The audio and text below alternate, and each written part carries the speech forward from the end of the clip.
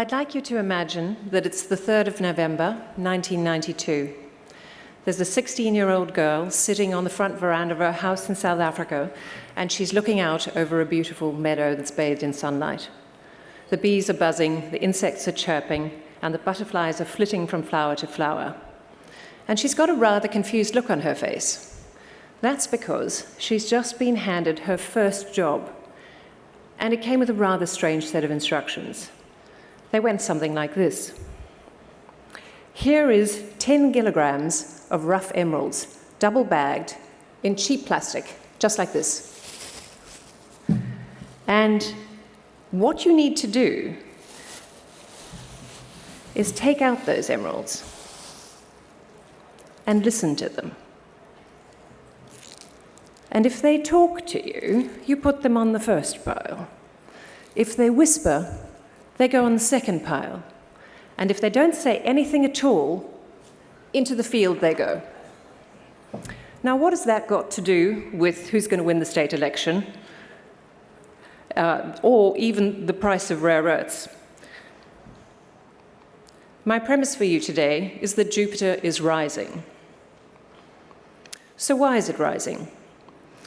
Jupiter is our clay-hosted rare earths project right here in Western Australia, and it is now, as we've released our maiden resource, the highest grade, largest clay-hosted rare earths resource in Australia. And we've made great strides with our metallurgy.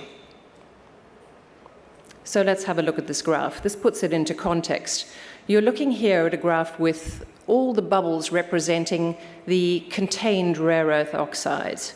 The green bubble is our global resource. It's 1.8 billion tons at 1,700 parts per million of total rare earth oxide. That includes a high-grade component of 520 million tons at a grade of 2,200 parts per million. And as you can see, both of those bubbles stand head and shoulders above all the Australian projects. Also, that high-grade component is in league with the very best of the Brazilian clay-hosted projects. So where are our projects? This is the whole map. We've got everything situated in Australia. We do have the Mount Lindesay Tin Tungsten project. We've announced that we plan to divest this so that we can focus on Jupiter, which is the gem in our crown. And the Mount Lindesay project has 81,000 tonnes of contained tin, as well as 3.2 million MTUs of tungsten oxide. So given the supply chain constraints that are increasing pricing in that, there's certainly some growing interest in that project. But Jupiter really is where we see the future potential to add the most value for shareholders. And this is part of that very important story. When you zoom into the map, you can see where we're located. In a mining district of Western Australia. We're located just 2.5 hours to the east of the port at Geraldton on a bitumen highway. That's the Mount Magnet Geraldton Highway. And the Midwest gas pipeline runs parallel to that road. Now, our licenses cross over both of those very important aspects of infrastructure. And in addition to that, there are power lines just 40 kilometres from site. On top of that, we also have, quite unusually, a few rare earth processing facilities that are being built or built already by existing operators. Lynas' Mount Weld concentrator is just 450 kilometres to the east of us. And then Iluka is planning to build a proposed refinery. Lynas has also got their rare earths separator in Kalgoorlie. So when you look at this, you can see that it is possible to operate. There clearly are going to be service providers in the area providing to all the existing operations, and you can commercialize a project in this area. And this is what it looks like when you get on the ground. It's flat, it's dry, it's very easy to access. We have 2 Crown pastoral leases that are situated over the top of the Jupiter deposit, and we've done standard heritage clearance, and it's deemed a very low-risk area. We've got 1,600 square kilometres of licence areas that we own outright. So clearly an easy place to operate. And the discovery story is lovely. It's been made by our team very recently. We've gone from announcing the discovery to putting out our maiden resource in just a space of 18 months, which is incredibly quick, particularly given the scale of this project. Now, we identified that target geophysically. Our team just used the geophysics to identify it. And then it was correlated with the government's EIS grant program, where someone had drilled 2 holes into it, otherwise a granite that nobody was interested in. They were looking for a carbonatite. Hit some wonderful 1,500 ppm grade towards the bottom of the hole, but it wasn't a carbonatite, so they walked away. For us, that was phenomenal validation. We took in an air core drill rig and went to test along existing station tracks. And as you can see, progressing from left to right, all those dots representing the drill hole grade came up pink, our favorite, magenta-colored, high grade, and then obviously some red. So given the 40 square kilometre area, as well as those high grades, it made a lot of sense for us to pay attention to this. Jump forward to the end of last year, and this is what we've done. Nearly 40,000 meters of drilling, and we've done it to a drill density of 200 by 500 meters, and then focused that down in the high-grade areas to 250 by 250 meters. There is also one area in the north where you can see that drill spacing is a whole lot closer. That's 50 by 50 meter spacing, and really our intention was to focus on giving comfort to the resource consultants on the continuity of the high grade, and that has been absolutely extraordinary. Even with the drill intercepts on that image, you can see how consistent the high grade is. And then we've got this image. This is the block model overlain with those drill results. And the consistency is quite extraordinary. You've still got that hot pink and red hanging together beautifully because we've got this enormous, very high-grade resource right here in Western Australia. And notably, we have very low thorium and uranium.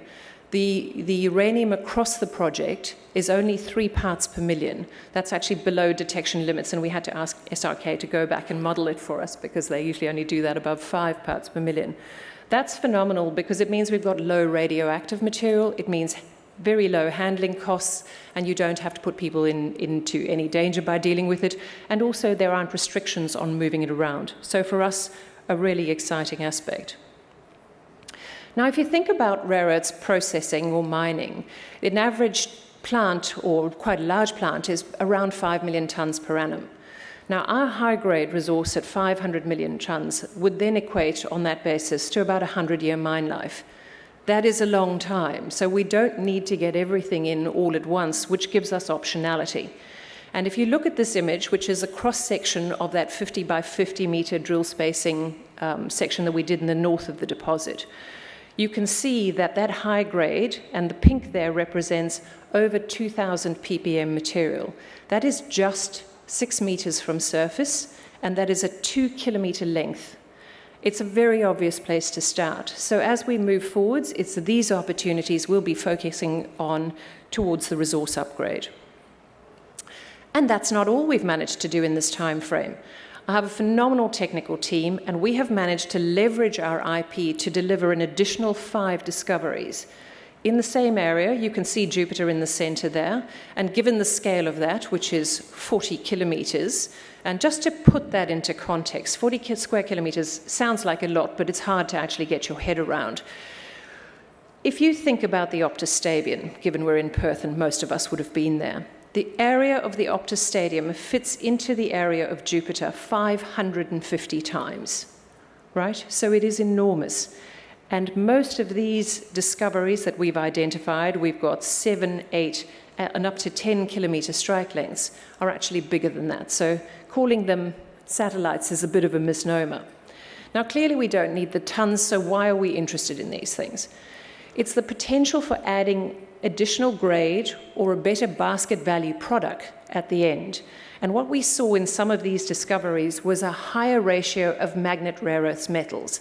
In Jupiter, we have what is pretty standard across clay-hosted projects, which is 23%, and we saw up to 34% and kicks in dysprosium and terbium, so 2 of those heavies in the magnet rare earths basket. So we, because of our low-cost exploration techniques, can go and test these aspects very cost-effectively, and when we see opportunity, add those additional gems into our package. Metallurgy is everything, and we've spent a lot of time getting to grips with our mineralization. That means understanding the mineralogy and the rare earth deportment, the minerals that actually host the rare earths. Because of taking the time to do that and following a very rigorous scientific approach, we've been able to design metallurgical test work that is well tailored to suit our mineralization. And so what we've achieved in just our first pass cited test work is a beneficiation result of an almost 10 times upgrade in the grade to deliver a far higher value product, and at the same time reducing the overall mass by 95%. Now that means we've concentrated our grade into 5% of the mass, and when you're dealing with the kind of scale that we are, it just gives you an indication of the processing opportunities you'd have moving into the next stage of processing, because you have concentrated the grade in so much smaller of the mass of that. We also did that using very simple flotation techniques and at room temperature. So nothing clever. We want to make sure that these are viable options that the market can trust. And we used representative samples. It was actually a seven-hole composite. So we're very comfortable that we're on the right basis, and we're seeing the same opportunity that we have in geology. We're building a specialist team with expert skill sets so that we've got the in-house intellectual property to do what others haven't done in this country before, and move forwards in the best possible way to take this to the next level. Now, why do we think we can do this? Largely the team. I joined this board at the end of October in 2023, and it was with a view to providing some clear air to Jupiter, which we knew was hiding in this portfolio. We announced the discovery just after that in November, and then I was tasked with changing out the board. First person we engaged was Tim Lindley as chair. He is an experienced investment banker. And then there's Nick Chinotto, who many of you will be familiar with. It's his strategic board roles that are playing an important role in this, and he's also on the board of North Star and Pilbara Minerals. Then this wonderful slide represents all of our highly capable, sparkling gems, and they are what make all of the successes and achievements possible. We have Dr. Stuart Owen. Stuart is our exploration manager, and he leads the team. Supporting him is Natalie Bonici. She has her PhD in geometallurgy, which is incredibly important, obviously, for understanding that rare earth deportment and matching it to the metallurgical side. And then we have joining our team Hien. Hien is Vietnamese. She's a specialist metallurgist, and you might know that in Vietnam, there is quite a lot of Chinese tech for processing rare earths. So those metallurgical results that I spoke about were actually undertaken in Vietnam, and Hien managed that process. She also got her PhD in Germany, and so we're bringing together into this team a really diverse set of skills that aren't just West Australian-based, but broader. And then Jamie Bird, our CFO and COSEC, who keeps on the straight and narrow. We have 2.6 billion shares, a 50 million market cap, and 6 million in the bank. Our last raise was in July, and we have brought in North Star Impact and Lion Selection to start building our shareholder base. Program working forwards, focus on that metallurgical test work. We have 5 labs working in it, and we're seeing all sorts of opportunities. Drill test those targets and focus on resource upgrade. So you will remember that story I told you at the beginning of this presentation about the young girl. That was me, and those talking gemstones changed my focus entirely, bringing me into this career. Now, Jupiter has the potential to change lives. It's an extraordinary project. The question is, will yours be one of them?